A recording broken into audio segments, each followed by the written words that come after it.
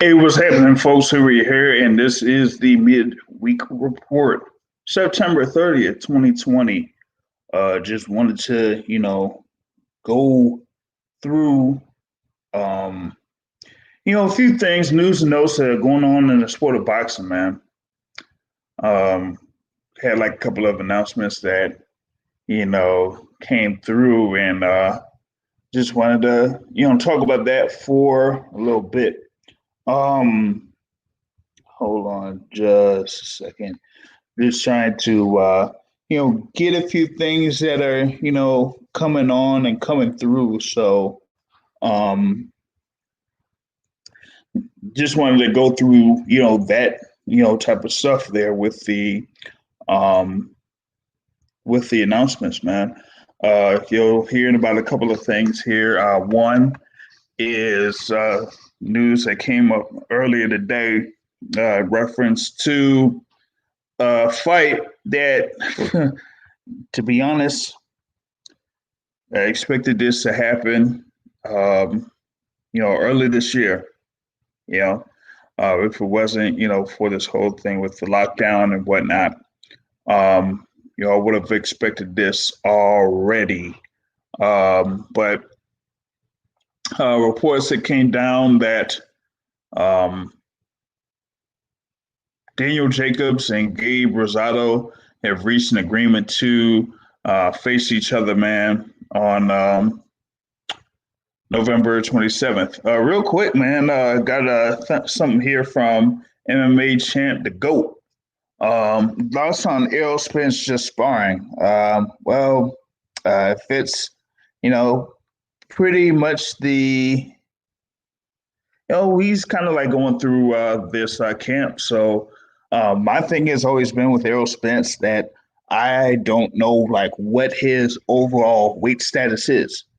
I mean, he hasn't had a fight since that fight against Sean Porter.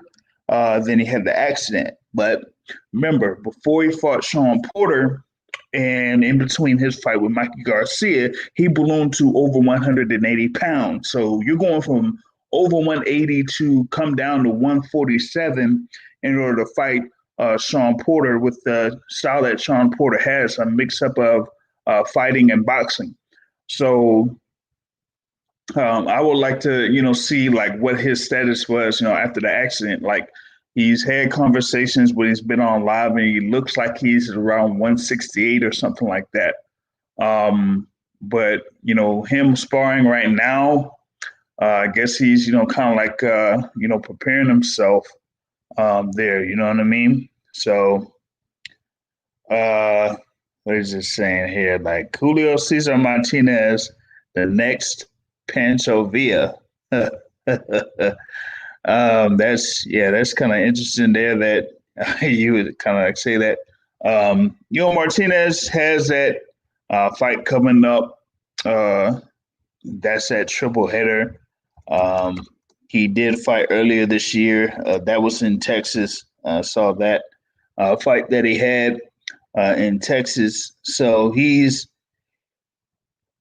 I feel like he's a pretty good fighter, but we'll see. Casimiro, the next Pacquiao. I gotta put this up now. Casimiro, man. We had this fight in the pay-per-view against Duke Micah. I was able to get the stoppage victory there. He was, slated to fight. The buzzsaw, the monster Nairo Inoue. So we'll see, how that ends up, happening. They could have made it. They could have made it happen, but there was, also, the thing there, like I said, with the lockdown, but also some contractual issues that prevented it from happening. So for Casemiro, be on the lookout for him to, either fight Rigo, or he may, end up, just having one of those, another defense of the belt, right? And after he has that defense of the belt, then he'll, go after, either the Ubali Donaire winner, or no, in a way, but I think he might end up having that mandatory defense against Jason Maloney. But wanted to get into a couple of things. Like I said, Daniel Jacobs versus oh jeez, man, like Gabe Rosado, like that fight, man. That fight will be, I would say, a May fight. I think it's just something there for Daniel Jacobs to have another fight under Matchroom Boxing. Of course, he had that fight against Little Chavez last year, man, and we saw what happened in that fight where Chavez quit, and then he had another fight just the previous week, and he, quit again. Yeah, Ubali versus Casemiro is a fight, that'll be a good little fight between those two if they, make that sometime next year. So that is, pretty much a very good one that we could have. But yeah, like I said, man, Daniel Jacobs, Gabe Rosado, you had the thing in, I think it was Arizona where, of course, Little Chavez screwed up again.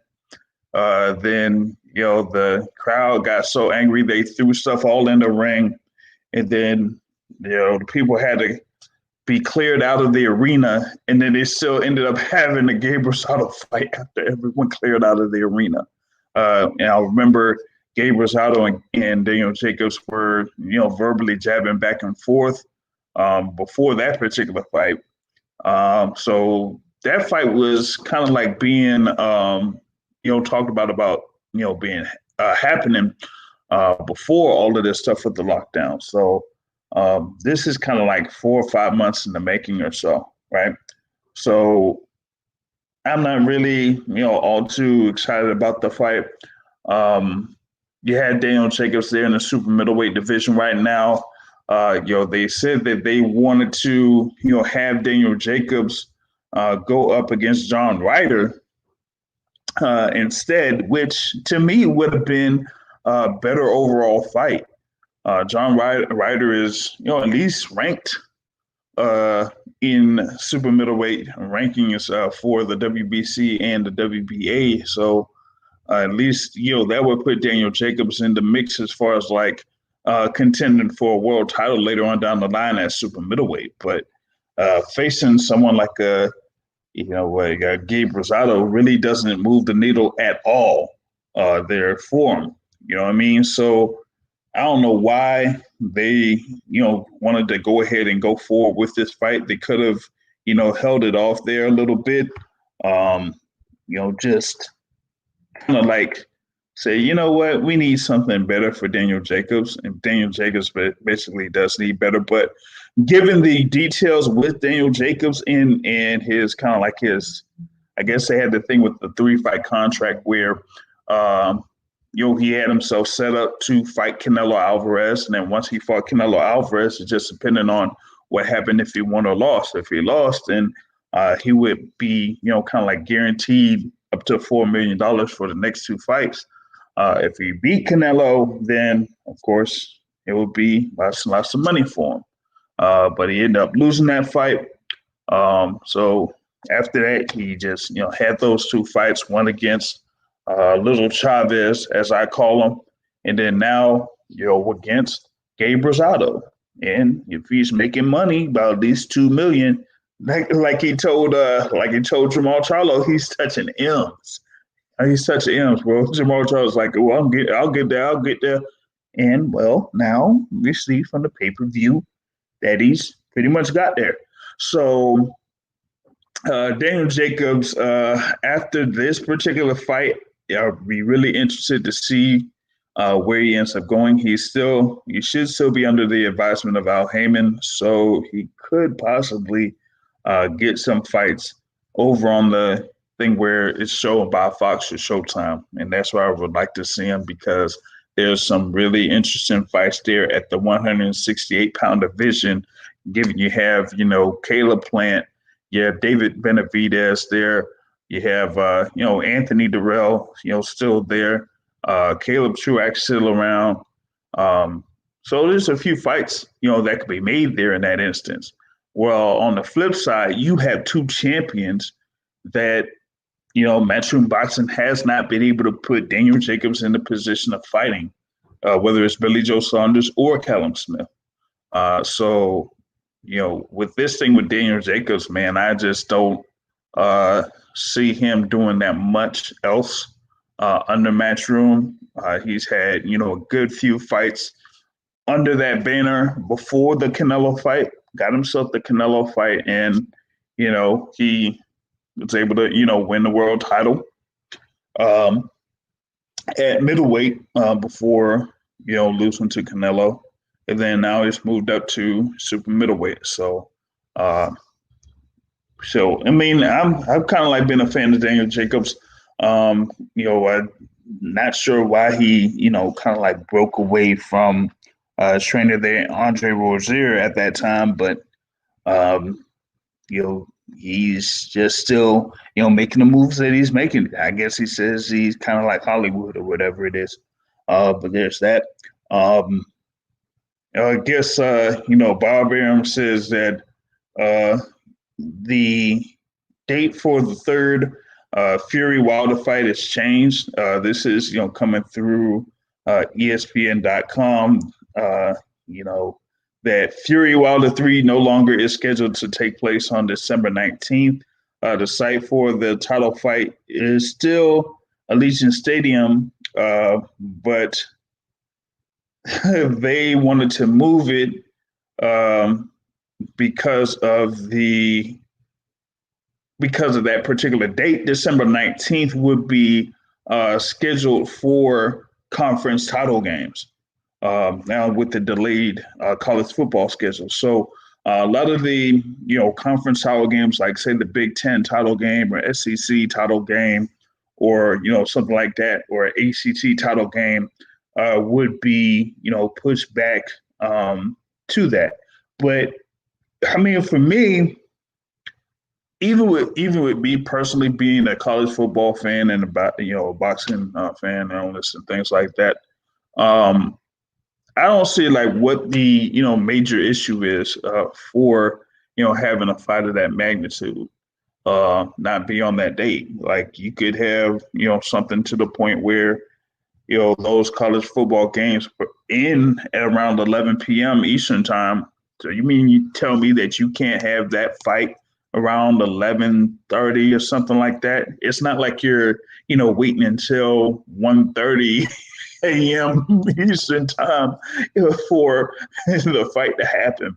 It's going to happen around 11:30. I mean, there should be not much issue with that. So I don't see what the problem would be about having that particular fight between Fury and Wilder on that particular date. If you're going to move it up to like say December 12th, then I mean I don't see where there would be much of a difference as far as like your interest is concerned. I don't think that would be something that, even if it does stand alone, you're still going to have that same type of crowd or the same type of audience that was going to watch it, whether it's on December 12th or December 19th. So if they're moving it again, that makes it the third time that this particular fight has been moved. So I just want to, have it be solidified, all that, you know. So that's the thing that I think in reference to that particular fight. Now we kind of see that, there has also been news that the pay-per-view fight or the pay-per-view card that features Gervonta Tank Davis and Leo Santa Cruz may not be on October 24th, but it would be on October 31st. I feel like that's also another interesting news tidbit for them to move one pay-per-view event and delay it or push it back 1 week. And I kind of like heard some things about it. Um, as far as like what to why they're doing it. Uh, so so that's the thing about it. Um, I mean, whether it was on October 24th or October 31st, uh, I would say like, eh, I don't think it would have been much of an effect. You do have, other fights that are taking place on October 31st. I think you have the thing for Oleg, what is that? That Alexander Usyk fight versus Derek Chisora. I think it's scheduled around that range. So that, kind of like having it at that particular date is kind of a downer because I liked how you had some things set up. You had it to where, October 17th was Vasyl Lomachenko versus Teofimo Lopez. And then you would have had that particular fight there, Gervonta Tank Davis versus Leo Santa Cruz. You would have had the Inoue Maloney fight in Usyk Chisora on October 31st. But moving this down is, pretty interesting that they're going to end up doing that. You also have things shaping up where they have kind of like Regis Prograis in his first fight there under PBC, and it would be through pay per view. Be Regis Prograis against Juan Heraldez. There, I think that would be I guess, that co-feature bout. Mario Barrios versus Ryan Carl would be on that card, and also Diego Magdaleno versus Isaac Cruz Gonzalez. So that would be the 4 fight pay-per-view card, and they, push it down to uh October 31st, and we'll see how that kind of shapes up, right there. Um but yeah, like delaying it for about 1 week, that's gonna be interesting there because I think people were making their preparations to see if they were going to go forward with having or ordering that pay per view for October 24th. Haven't necessarily seen the numbers for the Charlo doubleheader, but um, I would like to see if that kind of like gives some positive insight as to what would happen with this as a pay per view. Now, we had, of course, Leonard Ellaby say that Gervonta Davis is going to be the next pay per view star. So, having his first pay per view be pushed back a week, that might give like a little bit of a bad taste for some fans in reference to this. So um I wait to see how that kind of like shapes up. I've given what the scheduled card is for that particular pay-per-view that's originally scheduled for October 24th, but now it may be pushed to October 31st. Now, they also had the thing for Joe Joyce versus Daniel Dubois scheduled for October 24th, but it seems like that fight is being pushed back yet again. Um, I hope not. I hope not. Yeah, I really hope not. That particular fight was one of the fights, especially in the heavyweight division, that I was looking forward to. Two guys with around similar records in the heavyweight division. There's a lot of stock behind Daniel Dubois. Of course, Joe Joyce is the juggernaut, bitch. And even with that, you kind of like see that with this fight, you'll see if they are ready to go on that next step. To say they are kind of like near the level to contend for a world title. Daniel Dubois is said to be the heir apparent, so to speak, or the one that is going to be a dominant force in the heavyweight division uh, within the next couple of years. But here in this particular instance, fighting Joe Joyce, we really would see what the level of Daniel Dubois is. Joe Joyce has fought few fighters with a lot of experience in the heavyweight division. Of course, a lot of people know that he had his fight in the World Boxing Super Series against Alexander Usyk, but um, yeah, if they kind of like push that fight back in, yeah, I'll be bummed out yet again. But one person that is ready to come on here is someone that could probably give more insight as to what Bob Arum said. I don't know if they're going to have a fight. I don't want it at December 19th. It's just not going to work. But maybe this person could give a better insight. This is the president of the Deontay Wilder fan club, Mr. Matthew Brown of MVO. What's happening?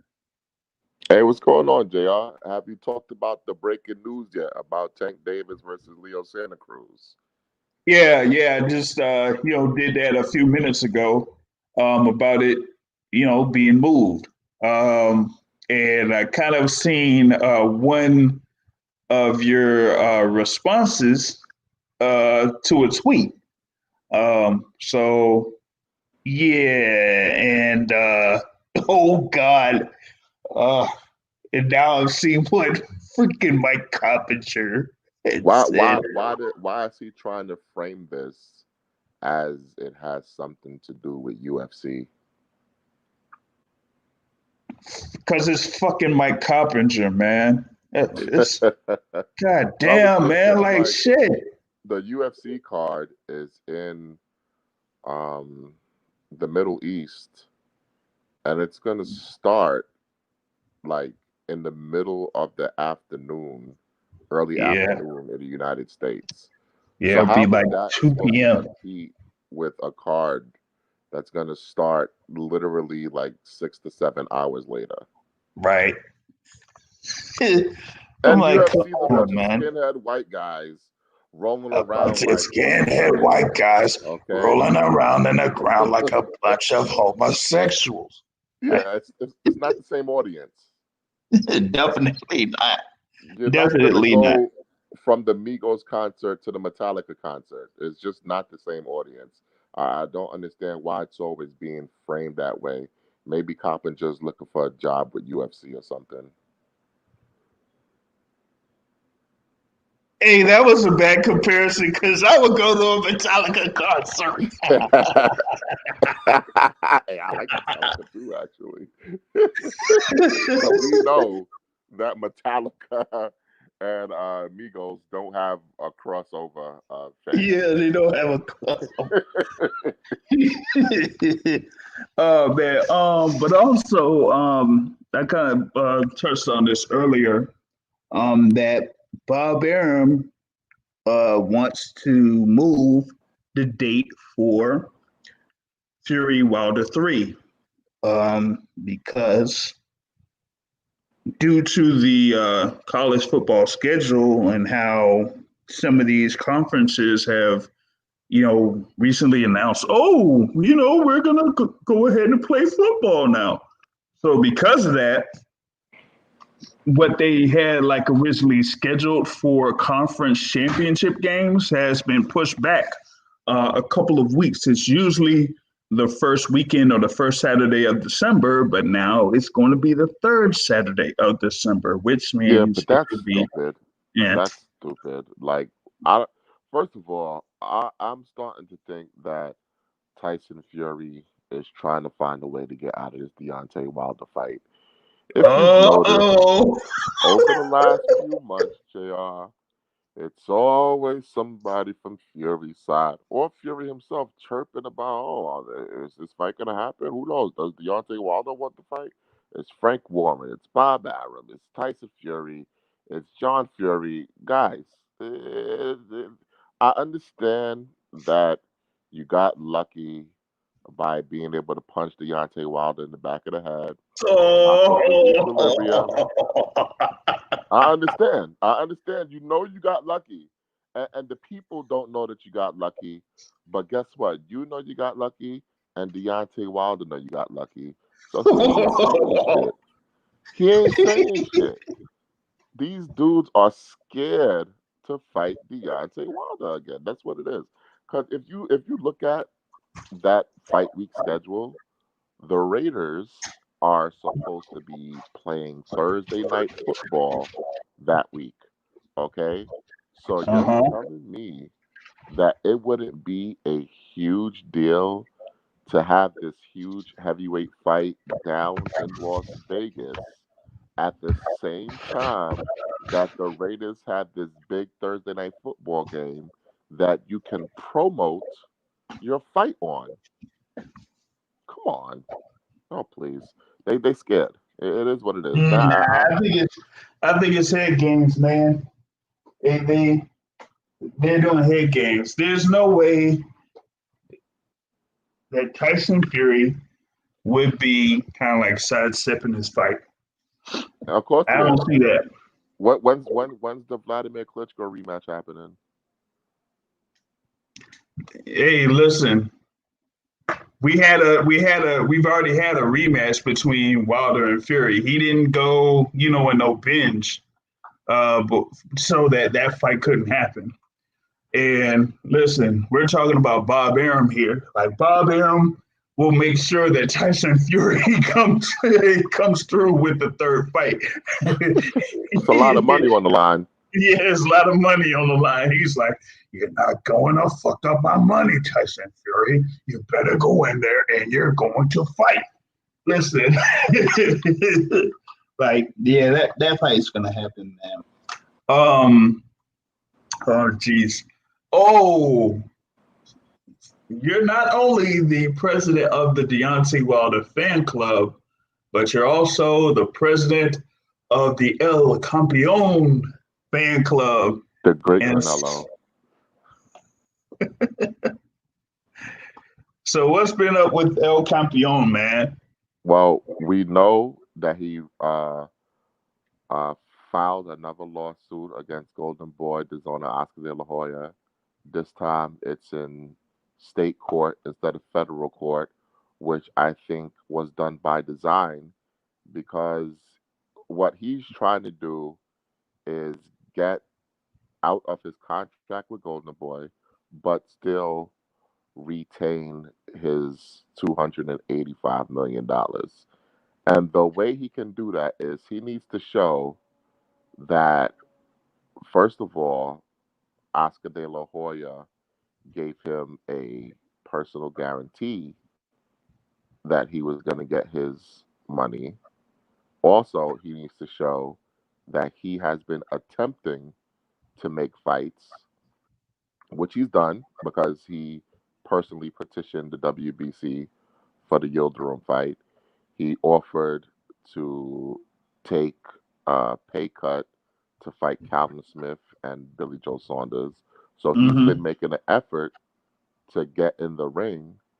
So basically, it's Golden Boy that is in breach of their duties in this personal services contract because he's ready, willing, and able to fight. You just got to provide me the money that you said you were going to pay me. And Golden Boy can't provide him the money because the zone said, we ain't giving it to you. Now, here's the kicker. The zone, according to Canelo's lawsuit, gave Golden Boy what's called anticipatory notice of a breach of the contract. They told Golden Boy months ago that they weren't going to pay that fee, and Golden Boy did not relay that to Canelo. So, so Golden Boy is left with the ass out basically, because there's no way that's not considered a breach of your deal with Canelo. And Canelo's smart. Canelo is trying to get the hell up out of there. Oh yeah, he's been Get up trying to out of get there. the hell up out of there for pretty much a year. Yeah, Like but money and Oscar, how stupid is Oscar? Isn't the point of having an LLC so you can indemnify yourself against personal liability when it comes to financial and legal situations? Yep. So why would you sign a personal guarantee that you're gonna give this man a minimum of $35 million for the next 10 fights? Like, why would you do that? It's a drug. Oh man. It's like it's bad to say to understand addiction is a serious thing, but Oscar is a crackhead. This was a crackhead move. I'm telling you. He's a fucking crackhead. Yes, worse, man. But I mean, I kind of like we kind of like seen this even before. Well, not before. Well, I kind of say like before he even got into the zone deal, right? They had the Yep. whole little fiasco with the second Golovkin fight, Yeah. right? Oh yeah. Okay, like part of it was Golden Boy, part of it was Golovkin. I lean it more towards Golovkin. Fuck Golovkin. Uh, but then you had after that he signs. They had the whole thing with them signing with the zone because as we've seen from that cop guy.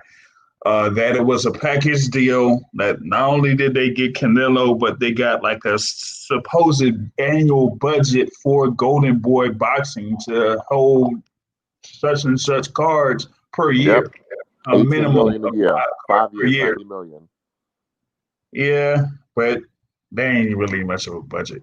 Yeah, Um, but you can't do that. That is a violation of the Muhammad Ali Act. So I think that the zone is going to end up letting Canelo out of his obligations because if their contract, if they don't remove themselves from this lawsuit, basically their contract is a violation of the Ali Act, and they are also going to be on the hook financially. They don't want to do that. Why would they want to be on the hook when it could just be Golden Boy on the hook? They could always circle back to Canelo when he's a free agent. Hey, man, we yep, understand the hard feelings that we had before. It wasn't us. You saw the contracts. It was Golden Boy. They said that you were going to do this. yep, We didn't know about your deal. They can yep, always circle back to Canelo in a year or two or something like that. But right. there's no reason for them to stay part of this lawsuit. They got to get out of it. And the only way they're going to get out of it is if they remove Canelo from his obligation from fighting on the network. Well, I mean, they could do that. They said that, listen, Canelo, we don't have any problems with you. We have problems with Golden Boy. And so it's like Mainly Gold, Oscar. yeah, basically Oscar, yes. Because that first year, man, after Canelo beat Jacobs, man, he was like, yo, I want to go ahead and fight who I want to fight, but Golden Boy basically had it signed for him to fight Kovalev before he even wanted to consider Kovalev. So, like that middleweight title situation was a whole setup because Mm-hmm. he could have fought at the time for the undisputed middleweight championship. All he had to do was fight Demetrius Andrade. They didn't make that fight with Demetrius Andrade. Then the worst part was they said, "Hey, you know what, Canelo? We're gonna have you fight the IBF mandatory Sergey Derevyanchenko." Canelo was basically like, "All right, cool. I'll fight Sergey Derevyanchenko." And then they just let the deadline pass through and have the IBF say, "Hey, we're stripping you, Canelo." And Yeah. Canelo's like, And "Fuck." Eric Gomez Yes. specifically told the IBF, if we do not have a deal, you can strip the title. Canelo said, I didn't wait, what? I didn't agree to that. What? Like, how does I didn't Canelo say find that this shit. out after the fact?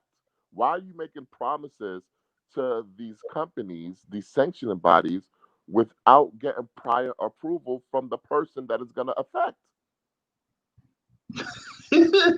And that right there just told me like, oh man, like, yo, Canelo, I have to get out of this joint, man. He's gonna have to get out of this. It's a shit show. Absolutely, absolutely, man. Um, so I'm like, yo, free Canelo, man. Like, y'all gotta get him free from that Golden Yeah, Boy contract, man. yeah. Like, If I'm please. Canelo, I'm going straight to PBC. He could go to PVC or whatever. Just get away from Golden Boy, because once you Yeah. get away from Golden Boy, that's the end for them. That's it. There's no reason for Canelo to sign with any promoter. There's no reason. Right. There's no reason though. He's too big to be with a promoter. So he doesn't need Top Rank. He doesn't need Matchroom. He can go to PBC and be his own promoter. Pretty much. Yep. Just have And Tom Brown, he can do fight all the anybody he paperwork. wants. Yeah, have He, Tom Brown do all the paperwork.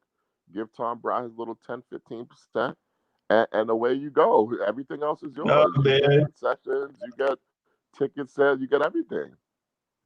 man. If he could be his own promoter, you know what he should do? He should get up boy Lou, man. Bring back Lou, damn it. Yeah, I like Lou. I do. I do like Lou. I just think that Deontay Wilder thing, man, that was the end. That was basically the end. Because first you took Regis Prograis and took him to the zone, instead of having him in the PBC family. That was strike one. But then you tried to take our biggest star, our heavyweight champion, to the zone. Like, it was like, yo, my man, what the fuck are you doing? And you didn't accept 2 million to fight Tank Davis. Like, how do you not like? Yeah, I You think have these fighters I think that Tevin come up. Farmer did that. Even though we're trying to get him on to talk about the JoJo Yeah, Diaz rematch. and if you Yeah. think about it, what's people's biggest complaint with PBC right now? That they don't have women, right? Well, Hmm. they had women. They had all of Lou DiBella's women. They had Hardy versus Shelly Vincent on PBC. But Lou DiBella's women were causing way too much trouble than they were worth.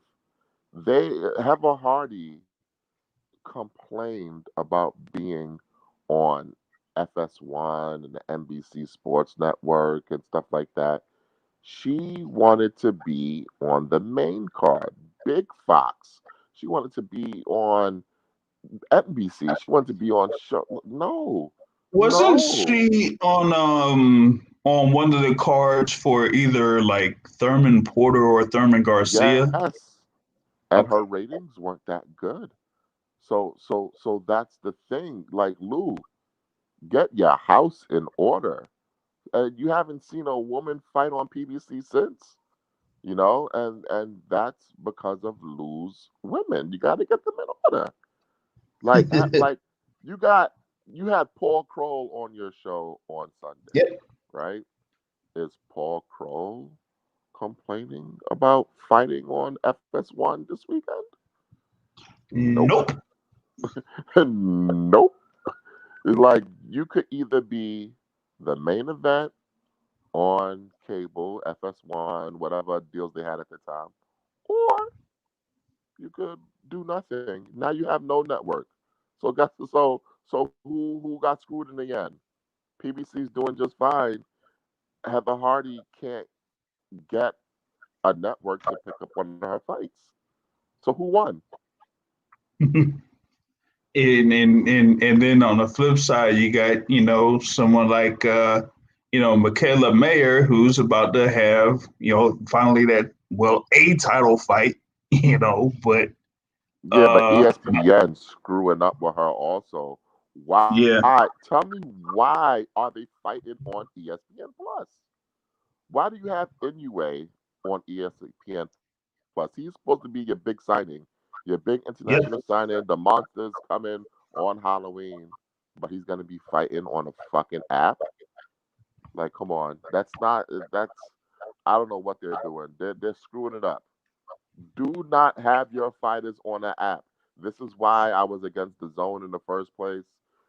ESPN Plus, do not have your fighters on an app. Oh, It's just not the same visibility. you sure? Because I'm looking at this here and it's saying ESPN and it doesn't have a plus behind it. Yeah, it's ESPN Plus. You're Well, gonna I know have that the fights this weekend have ESPN Plus on it, but that one for Inoue Maloney, that doesn't have ESPN Plus, at least not for right nope. now. It's gonna be on the plus. Oh man. Uh, Like, come on, man. First of all, uh sucks ain't for no them. Japanese people got ESPN Plus. Okay, like stop it. It's only like 2 million Japanese people in the United States. They ain't got ESPN Plus. But if you tell them this guy's gonna be on ESPN on TV, they've heard of ESPN. But you think they're gonna take time to sign up for ESPN Plus? What kind of content does ESPN Plus offer that Japanese people like? Like, come on, they not Japanese people got their own baseball league. Yeah, ESPN Plus don't have Japanese baseball, so they're not going to be watching that. I've right, never heard Japan talking about soccer too much, so they don't care about that. right. Like, what does ESPN Plus have that's going to get Japanese subscribers? You think Inoue is going to get them to sign up? I guess we'll see. Maybe it's a calculated risk. Maybe I have no clue what I'm talking about, and Japanese people are going to sign up to ESPN Plus to watch the monster. But I don't anticipate that that's going to happen. Yeah, I doubt it. I'm like, if you have this supposed deal with ESPN and you have a certain amount of fights that you got to put up there, for the rest of the year. Um, there's just some fights or some fighters that you shouldn't have on ESPN Plus. It should just be on ESPN. So having this thing with, like I said, Meyer and Brodnicka on the undercard of Inoue Maloney, and that's on ESPN Plus, and that ain't gonna cut it, man. That ain't gonna No cut it. one's going to watch. Yeah, To me, if you want to put Terrence Crawford on ESPN Plus, it's not ideal, but it's understandable. People might buy to tune in because he's a known American commodity. You need to put if you're gonna use ESPN Plus to try to do stuff, use known American commodities that people care about. That's gonna boost your ESPN Plus subscriptions. But to have this Japanese guy in his first fight, first of all, why is the fight even in the United States if it's gonna be on ESPN Plus anyway? But anyway, if you're gonna have this Japanese guy have his first fight on Top Rank on ESPN Plus, I don't get the wisdom behind it. yeah, it's not not really a good look on that front. Yeah. Anyway, should have went to Given PBC. yeah, Like yeah, PBC because has I mean, so many think fighters. about it, because like he just went from possibly having a unification fight to now having this fight against Maloney, which I don't. That nobody cares about. Who gives a shit about Yeah, Maloney? I don't even know which Maloney he's fighting. I really the don't. one that didn't lose, man. Come on. The one Like, that come didn't get, on, man. the one that didn't get trapped, the one that didn't get trampled. Shit. Yeah, Andrew Maloney got trampled, man. You call the Charlos the Migos of boxing. I guess the Maloneys are the Duran Duran of boxing. Yeah, Duran Duran's. Here, or the Millie Vanillies. I mean, who knows? They're the ABBA of boxing. Who cares about this fight? PBC has so many fighters from 118 to 122. Like they have Neri, they have Casemiro, they have Rigo. These are the guys that are gonna build. Inoue into an American superstar? Who's Figaro. on the top ranked side? Oh, they got Lee, man. PBC got Leo and Fulton. Only Yeah, top rank only has Mick Conlon at 122 and nobody and cares about him. Mike Plania. Yeah, like I don't even understand the move. I guess they thought they were gonna get the Casemiro fight, but then Bob got cheap. You listen, nobody wants to take a pay cut, Bob. You've been in boxing for 50 years. You probably made so much money. Why should these guys be the one to take a pay cut? You're going to be earning Right. money till you die. These guys have a finite amount of time to earn big money. Yep. Yeah, there's really not much out there as far as like 118 and 122 there for top rank. So that's that's a bad look there for Naoya Inoue because like after this particular fight, it's like what else is going to be out there for him? He's Yeah, already he's already unified, two belts in 118, and then you got the thing with Wally and Casemiro. They're going to end up fighting each other. So then what's going to be next there for Inoue, man? Like, are they going to rehash, see if they can find get Payano away from them and try to have Inoue fight Payano again? Like, come on, man. I just don't see it. yeah. It seems like Inoue is about to be the Japanese Terrence Crawford, man on the island. Just a man Oh on the man, island. that's kind of sucked. Um, Patrick Teixeira, man, he says, oh, he wants to fight Charlo. Yeah, good Mm-hmm. luck with that, buddy. Good luck with that. He was talking spicy. Yeah, he was. He was. But I'm like, yeah, good luck with trying to make that happen. Number one, and then number two. Hey, but listen. So I was thinking because everyone's saying, "Oh, he got to do the mandatory." Castanos with PBC, Hmm. so maybe they can convince him to take the step aside and then Yeah, fight that him could, undisputed right after. yeah, they could probably make a deal like that. Say, go ahead and take this money, and then we'll, put you in position to fight for the undisputed title after it happens. You know, Yeah, that that could would be. be a big move, man. I would love to see Teixeira versus Charlo next. I would just like to see like a undisputed champion at 154. Like you never really had that. It's been like in Ever. in Last one yeah, was what? Winky Wright? Winky Wright. But I don't know if like with him it was. Oh man, yeah, that could have been. Jeez, that was a while ago. And I didn't Yeah, even think Winky that Wright was was the kind last of like, undisputed. yeah, man, that's yeah, that was something, man. Like him, yeah, that would be a real good thing to kind of have is being an undisputed champion at 154. That's like like you said, a long time since Yeah. that happened, man. You know it's been a long time when the guy that did it last is in the Hall of Fame. Like Yep. And the I mean, that was longest like, time. three belts. Like no one has done it with all four belts, like, Yeah. out here in this case. But yeah, Well, I but back consider in, Charlo undisputed man, anyways. shoot. I don't care about the WBO. I'm on my Fox shit. Shoot, wait, wasn't that, man, I went to that fight, didn't I? No, I didn't. Yeah, man. Yep, I went to that fight.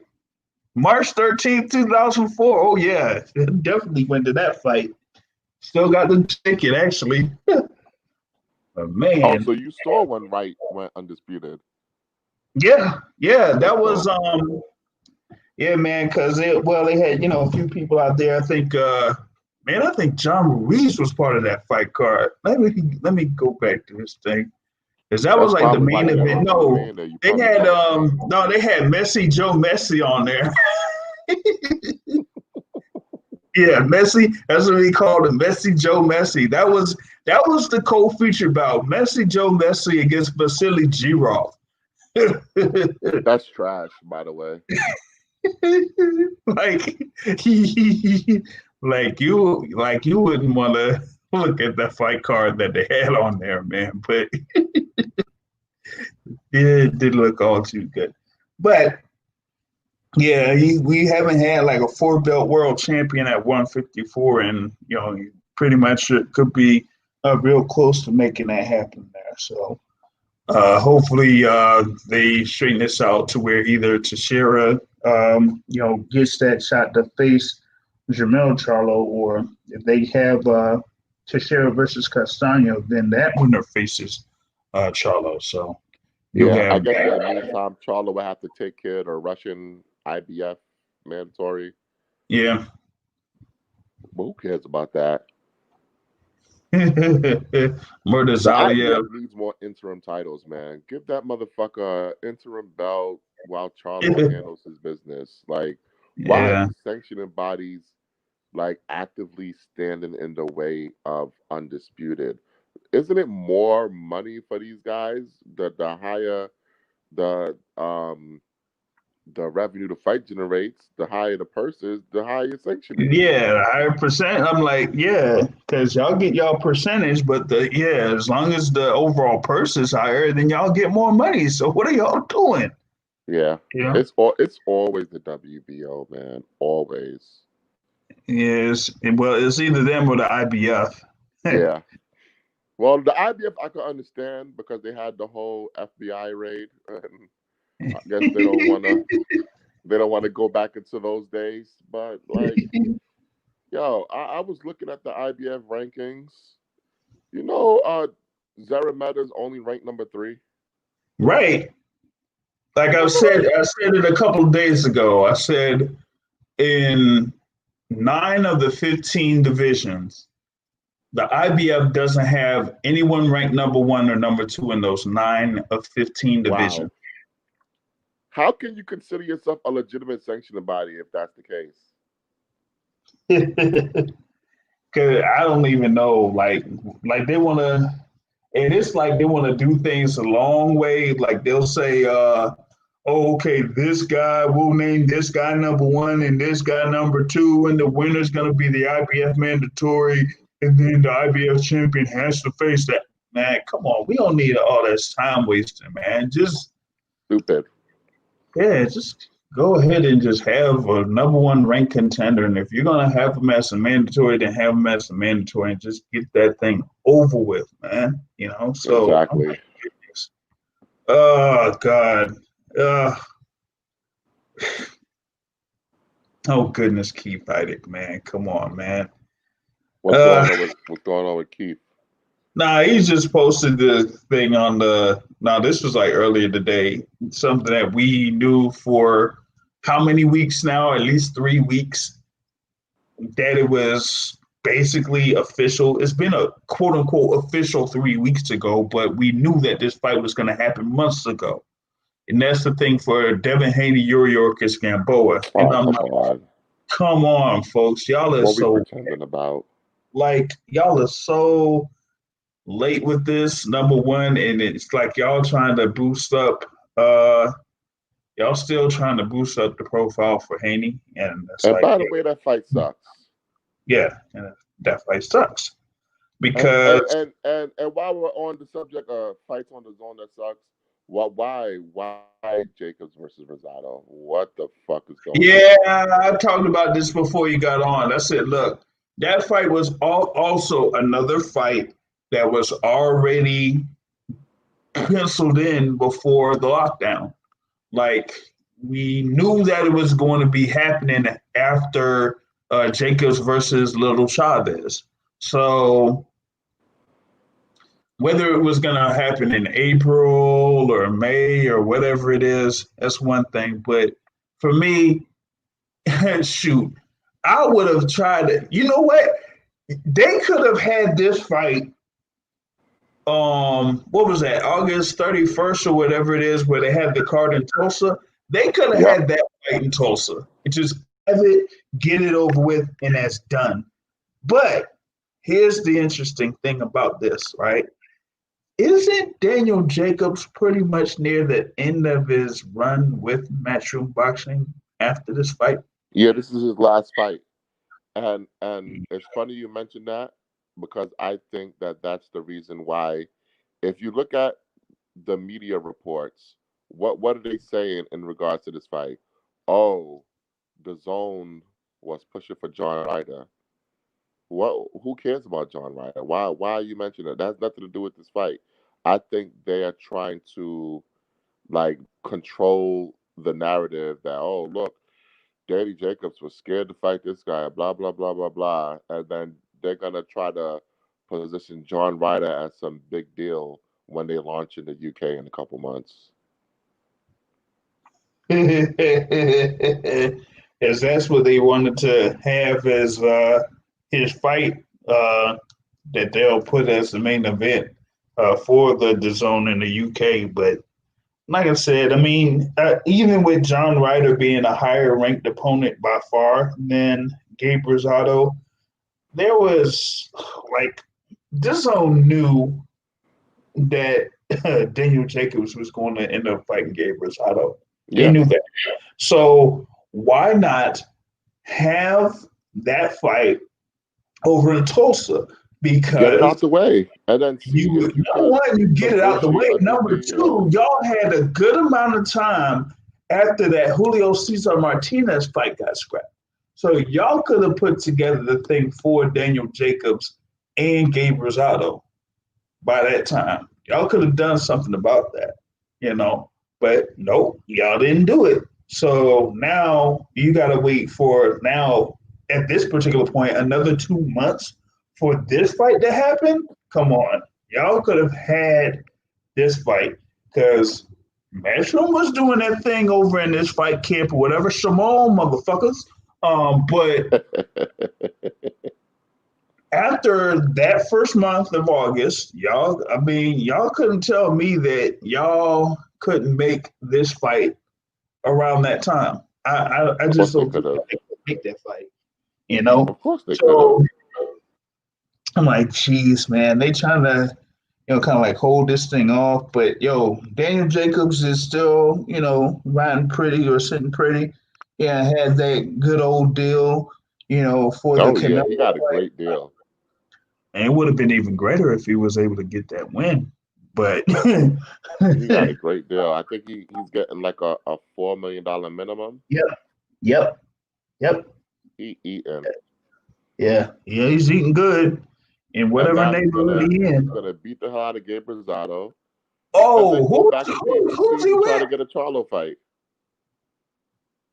Who is he with? Like they talking about like he's with some chick. I don't even know. It's some pop culture chick. You might know. Someone in NVO Oh, might know. he's with Russell Simmons' daughter, Angela. Yeah, Angela. Yeah. Yeah, that's what Yeah, it she fine. is. Yeah, Mm, man. mm, mm. So yeah, he got that bread, and he's like in the know or whatnot. But yeah, I ain't really interested all too much in that particular fight like that, man. But it's something that I wasn't surprised that it was going to happen. So, What's going on with Billy Joe Saunders? and Billy Joe Saunders don't want to fight nobody, man.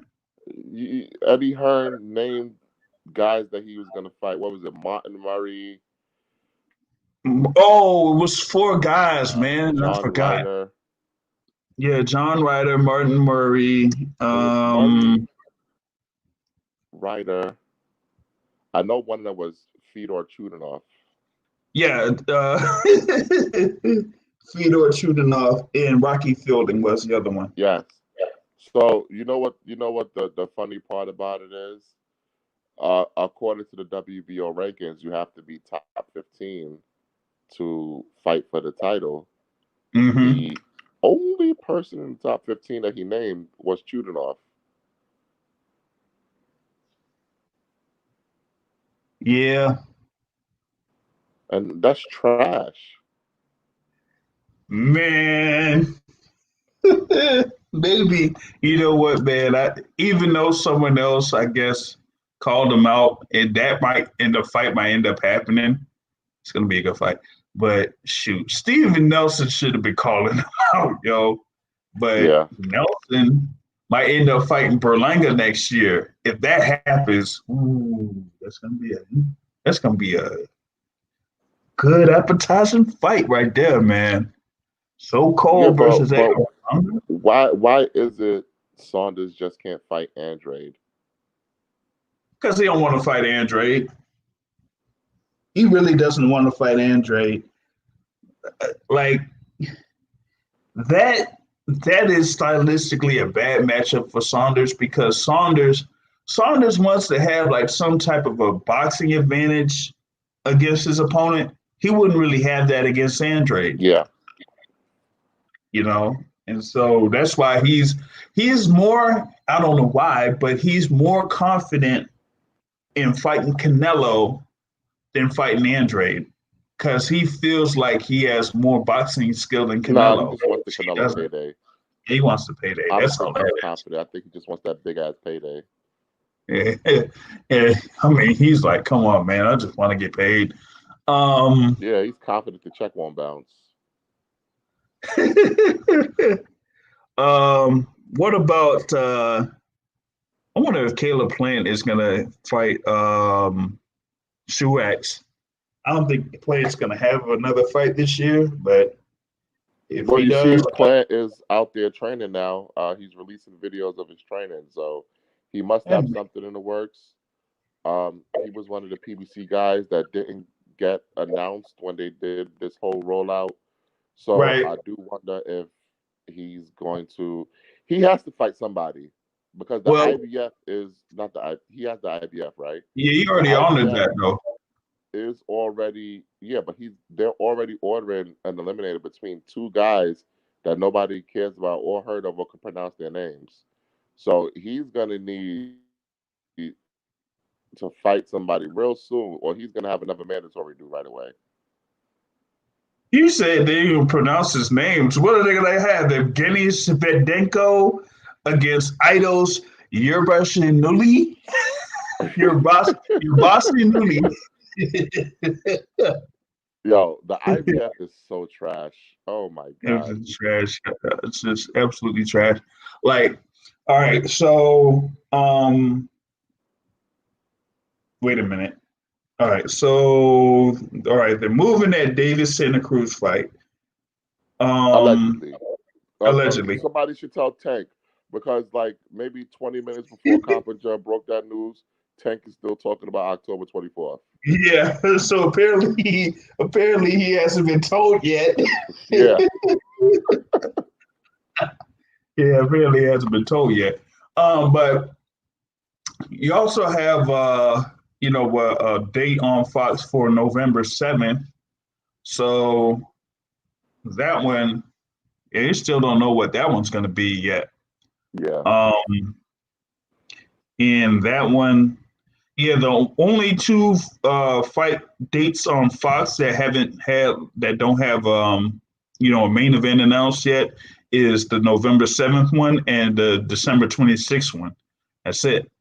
The other ones are like on Fox Sports One, but that's November 4th, November 14th, and December 5th. So, and with Plant, they putting Plant on Fox, given that given the ratings that they had Yeah. for his fight, they're putting them on Fox, bro.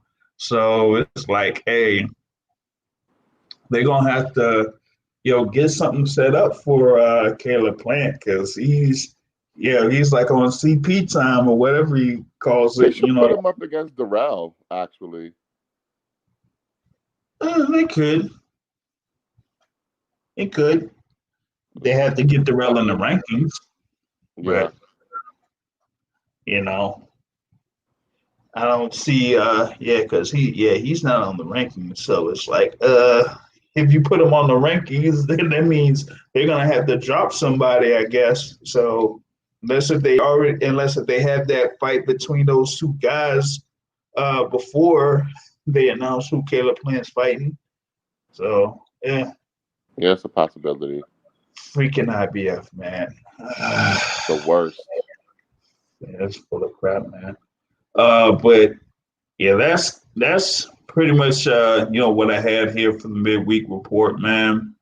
Like I said, we're gonna have the Iceman, but hold on, actually, before I, get out there, man. Mark, man, what's good, man?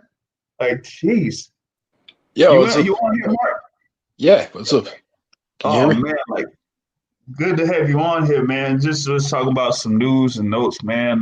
They're delaying the Tank Davis fight supposedly from October 24th to October 31st, and I know that we were talking about the like how the month of October was kind of shaping up, but if they do push this fight back, then it would be around that same day as Usyk versus Chisora and Inoue versus Maloney.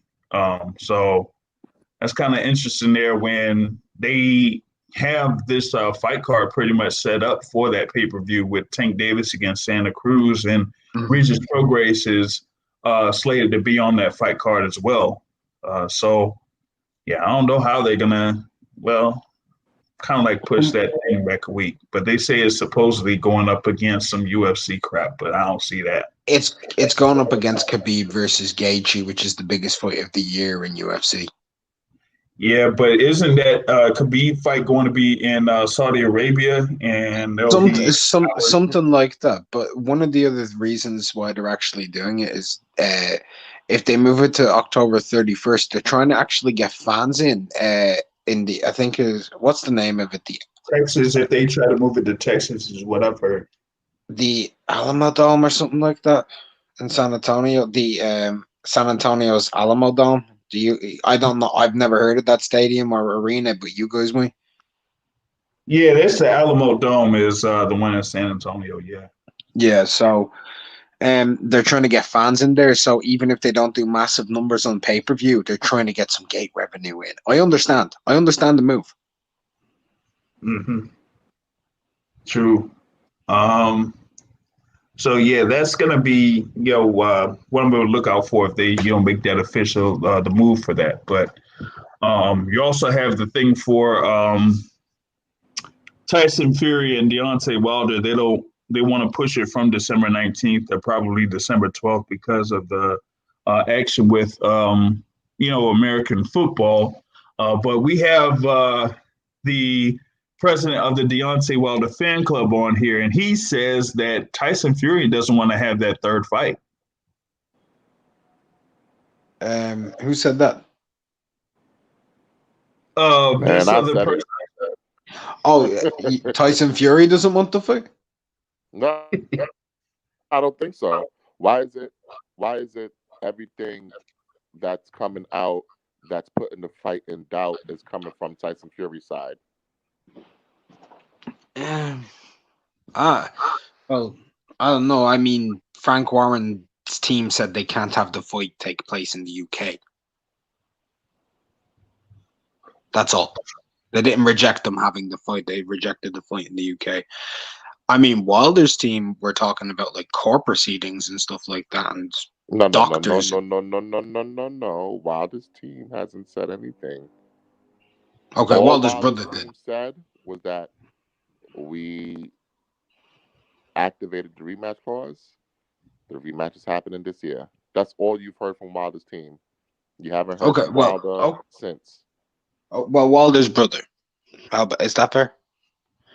Huh? I just said from Wilder's brother. Not Wilder's team. My bad. Wilder's brother. Oh, come on. You talking about the meth head? Come on. Like, Marcellus isn't on meth. What do you think he tested positive for? Marijuana. No. Oh, I made a video on that like when it happened, and it's actually on my channel with the actual test results, and it's THC marijuana. You sure? I'm pretty positive, like him.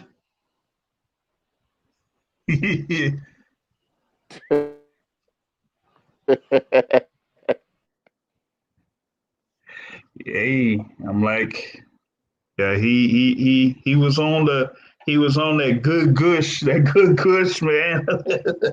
He Look, was on that good. all I'll say is if you test positive for meth, you'll get a 4-year ban automatic by the state athletic commissions.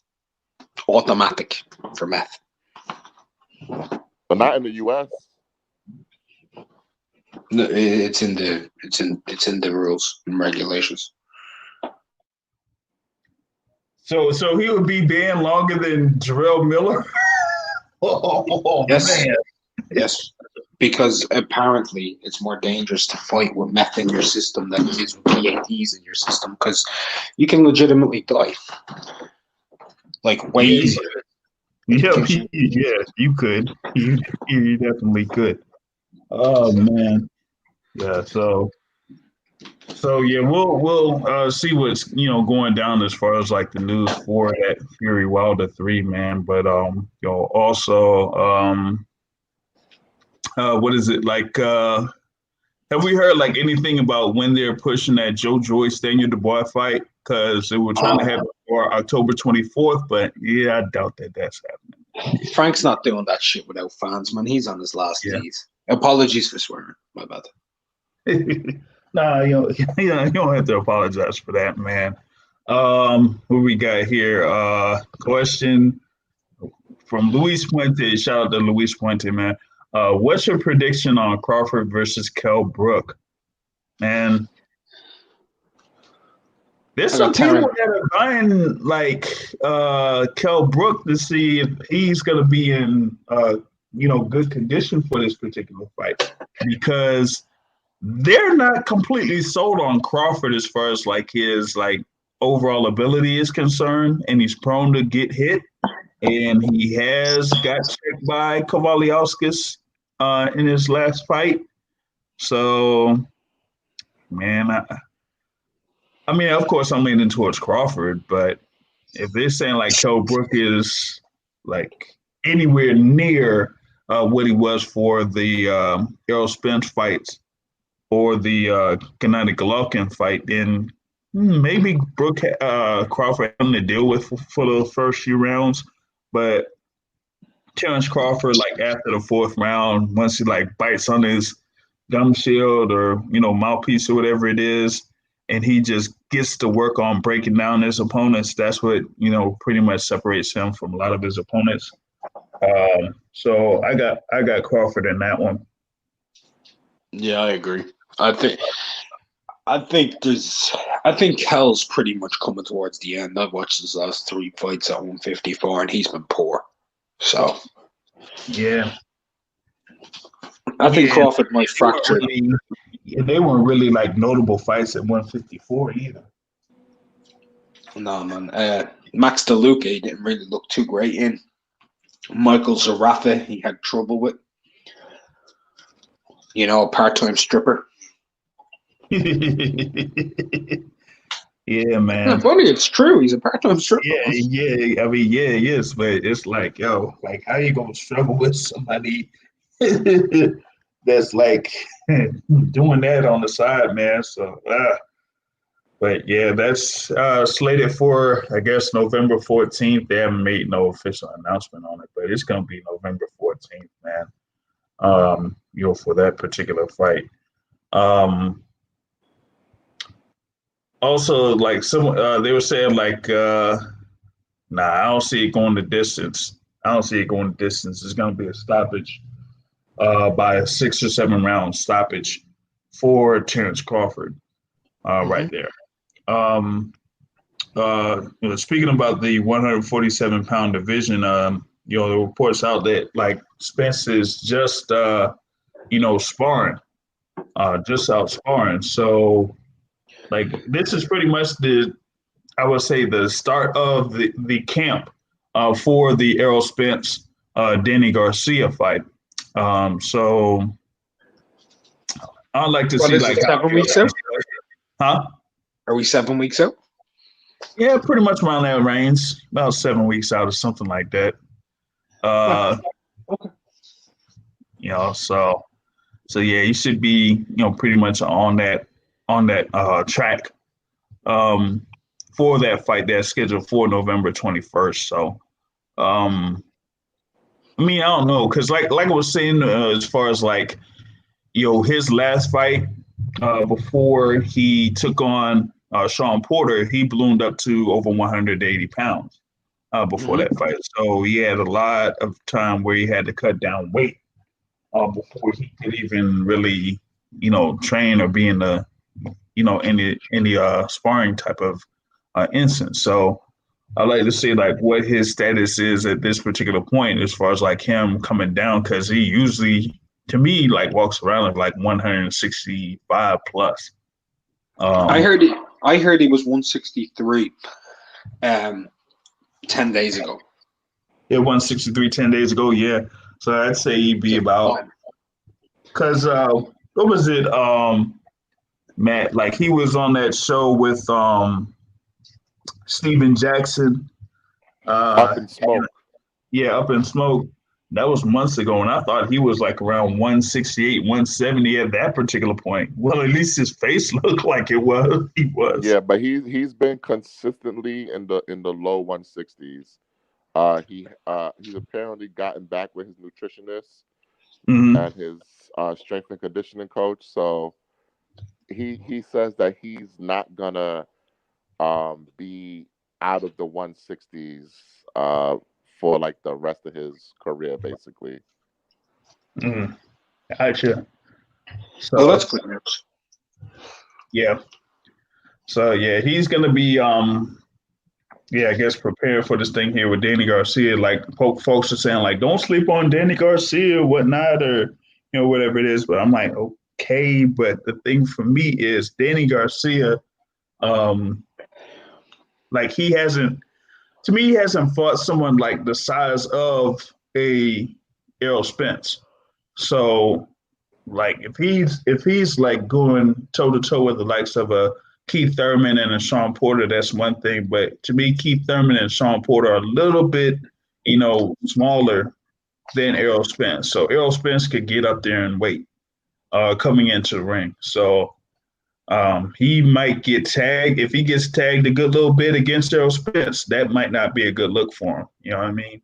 And a lot of people say that, he has like that left hook, and he'll be able to land the left hook on Errol Spence. But this is an Errol Spence is sizably bigger than Danny Garcia is. So Plus, that's Errol Spence. If you watch a lot of Errol Spence's career, you'll notice he doesn't get hit with a lot of left hooks because of the stance he takes up and how he moves. yeah. You won't see a lot of left hooks landing. Even if they do, not flush, because when he's open for it, he will shift slightly to the side and lift his arm up, not to do like a Philly shell, but just to get his arm in the way to partially block, and he'll roll left hooks all day. It's straight punches that work on him. Left hooks, not so much. Mm-hmm. Yeah. And the thing is, like, Danny would have to do something in order to set it up so that Errol wouldn't be able to see it. So it's like, I don't know if Danny is someone that, kind of like does that. And the thing with Danny is that he telegraphs things a lot, or he like, does something and then he gets, it's almost like he's like showing off or something like that. If Spence loses, will it be as big as Wilder losing to Fury? Oh no, of course not. I mean, I can't say this because there's a Wilder fan, but Wilder was supposed to beat Tyson Fury. He was supposed to. Yeah. I mean, he said it himself. Tyson Fury was on his knees, a cokehead with nothing when he found him, right? He was supposed to beat him. This was a man coming down 140 pounds in weight. Cocaine addictions, haven't fought in like 3 years, fought 2 bumps. He's supposed to knock him out. Oh my God. Where's my violin? Here we go again with the story. He came back from depression, blah blah. No. Hold on. Story. No, I'm not making excuses for Fury. I'm saying Wilder was supposed to beat him. That's a reality. He was supposed to beat him. He was a fat cokehead mess. A bloated cokehead. Like that's like one first, like an overweight cokehead, man. Like like man. Well, let's But not forget that leading into the first Fury Wilder fight, Fury actually was technically more active than Wilder. So Let me get my it is what it violin. is. Let me get my violin.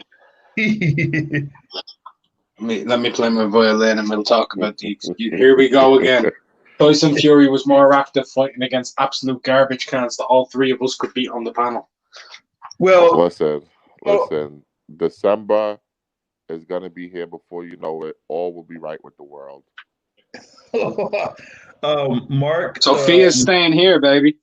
Mark, I know this person does not like to talk about the past, but we're talking about someone that actually picked Sefer Safari to beat Tyson Fury. So just Wait, put that in perspective.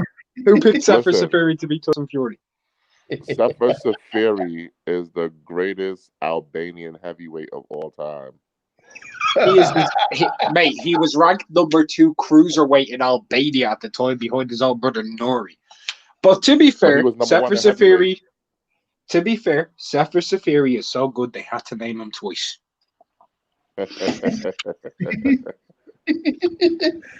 Oh man. So we'll see how that thing spins. Oh no, what is this? El Gallo Negro is the best heavyweight ever. Oh no.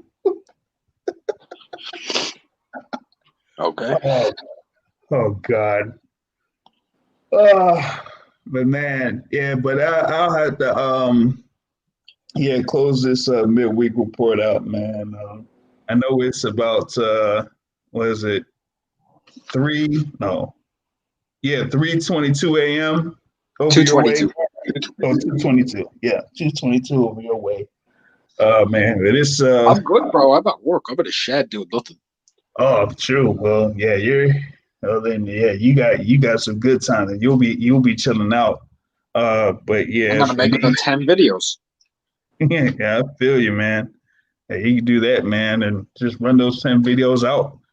So you got, like I said, Unrivaled Boxing Talking News that's on here with Mark and the number one Deontay Wilder fan in the planet, Matt Brown of MVO podcast. Be sure to catch that. There it's on iTunes or what other platforms is MVO on?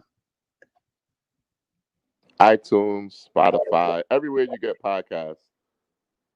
Everywhere you get podcasts, man. So y'all be sure to catch that. But as for me, man, I'll be back on with the Boxing the Source radio show. We're going to have the Iceman Malik Hawkins on for Sunday, live Sunday, there before his fight against Gabriel Matias. That's going to be a good show out there. So y'all be sure to catch that live through Blog Talk Radio, and it will be available on iTunes, Spotify, Google Podcasts, whatever you use for podcasts, man. But until next time, folks, I'm out. Peace.